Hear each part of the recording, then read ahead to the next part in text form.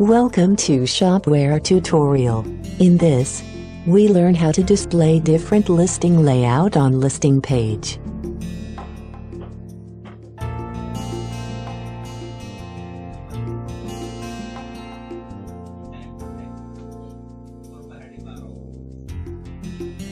Log into the backend.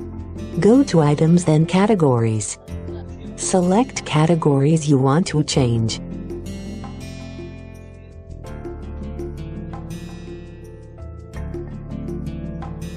Select product layout you want to change. Save and go to site.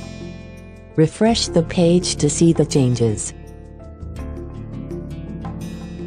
Now try some other product layout style.